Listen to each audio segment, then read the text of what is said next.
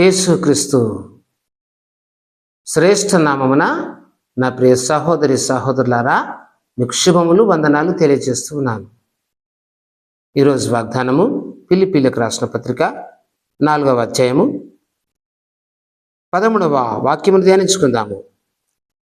నన్ను బలపరచువాని అందే నేను సమస్తము చేయగలను. ఇది భక్తుడు మాట్లాడుతున్నటువంటి మాట. నన్ను బలపరచువాని అందే నేను సమస్తము చేయగలను అంటున్నాడు ఆయన. మనం ఏదైనా చేయాలి అంటే మనల్ని బలపరిచే వాళ్ళు కావాలి. ఆ దేవుడే మనల్ని బలపరచువాడు. ఆయననే ప్రభువైన యేసయ్య. దేవుడు మనకు బలమును ఇవ్వకపోతే మనం పని చేయలేము. దేవుడు మనకు జ్ఞానం ఇవ్వకపోతే మనం పని చేయలేము. దేవుడు మనకు ఆరోగ్యం ఇవ్వకపోతే మనం ఏమి కూడా చేయలేము. మనం ఆరోగ్యం కలిగి ఉండాలి, మనం ఆయుష్ కలిగి ఉండాలి, బలము కలిగి ఉండాలి, జ్ఞానం కలిగి ఉండాలి.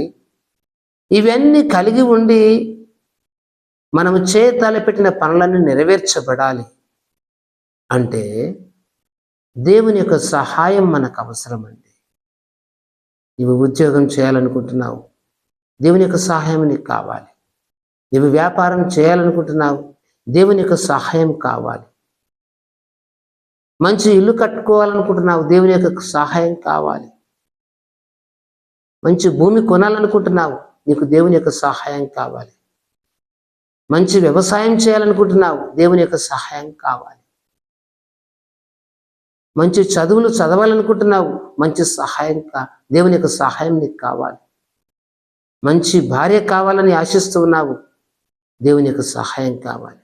మంచి భర్త కావాలని కోరుకుంటున్నావు, దేవుని యొక్క సహాయం కావాలి. నా దేవుని బిడ్డలారా, దేవుడు బలపరచకపోతే మనం బలహీనులమే. దేవుడు సహాయం చేయకపోతే మనం ముందుకు సాగలేము. కాబట్టి దేవుడిచ్చిన జ్ఞానమును, దేవుడిచ్చిన బలమును వినియోగించి దేవునికి ఇష్టమైన రీతిలో నడుచుకుంటూ ప్రార్థిస్తూ ఆయన సన్నిధి కొరకై ఎదురు చూస్తూ ఆయన సహాయం కొరకై ఎదురు చూస్తూ దేవా నన్ను బలపరచు, దేవా నన్ను బలపరచు, నాకు సహాయం చే ప్రభుని ఆయన వైపు ఎదురు చూస్తూ యేసయ్య పాదాల చెంత ప్రార్థన చేస్తూ ఆయన సహాయం కోరటమే దేవుని బిడ్డల లక్షణం. ఆయన సహాయం లేకుండా నువ్వు ఏది సాధించవని గుర్తుపెట్టుకున్న దేవుని బిడ్డ, నీకు ఆయన సహాయం కావాలా? అయితే యేసుక్రీస్తు దేవుడిని నమ్ము. యేసుక్రీస్తు నిన్ను ఆశీర్వదిస్తాడని నమ్ము. యేసయ్య నిన్ను స్వస్థపరుస్తాడని నమ్ము. యేసయ్య నీకు బలంనిస్తాడని నమ్ము. యేసయ్య నీకు జ్ఞానం నమ్ము. యేసయ్య నీకు ఉద్యోగాన్ని ఇస్తాడని నమ్ము. యేసయ్య నీకు వ్యాపారాన్ని ఇస్తాడని నమ్ము. యేసయ్య నువ్వు చేతలు పెట్టిన ఇంటి పని, పొలము పని, లేక ఇంకేదైనా కావచ్చు, దానిని నెరవేరుస్తాడని నమ్ము. ఆయన నిన్ను బలపరుస్తాడు. దేవునామానికి స్తోత్రం. ఎంత గొప్ప దేవుడో యేసయ్య. ఆ బలము దేవుని యందే గుప్తమై ఉన్నది. ఆ శక్తి ఆయన యందే ఉన్నది, ఇంకెక్కడ నీకు దొరకదు. ఆగిపోయిన నీ పనులన్నీ చక్కబడాలి. ఆగిపోయిన ప్రతి దీవెన నీకు తిరిగి రావాలి అంటే ప్రభు యొక్క సహాయం నీకు అవసరం. కాబట్టి ఆయన బలపరిచే దేవుడు.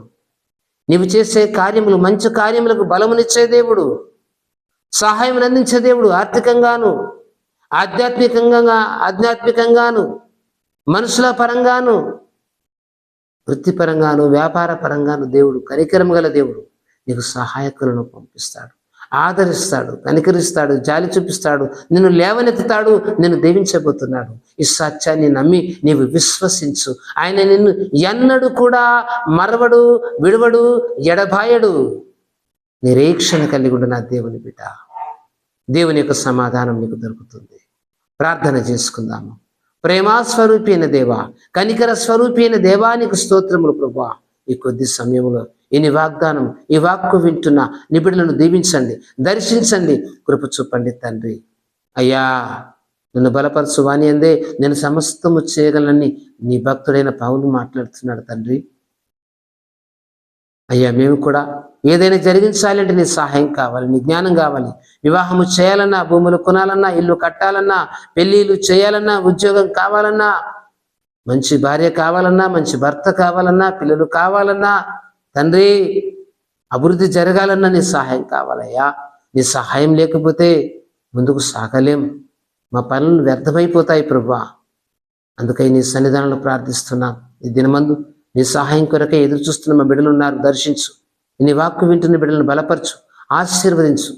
వారు నీ సహాయం కొరకే ఎదురు చూస్తూ నీ యందు బలము తెచ్చుకొని ముందుకు సాగి నీ దీవెనలు ఆశీర్వాదములు పొందుకొను లాగున సిద్ధపరచమని యేసు శ్రేష్ఠ నామమున ప్రార్థిస్తున్నాము తండ్రి.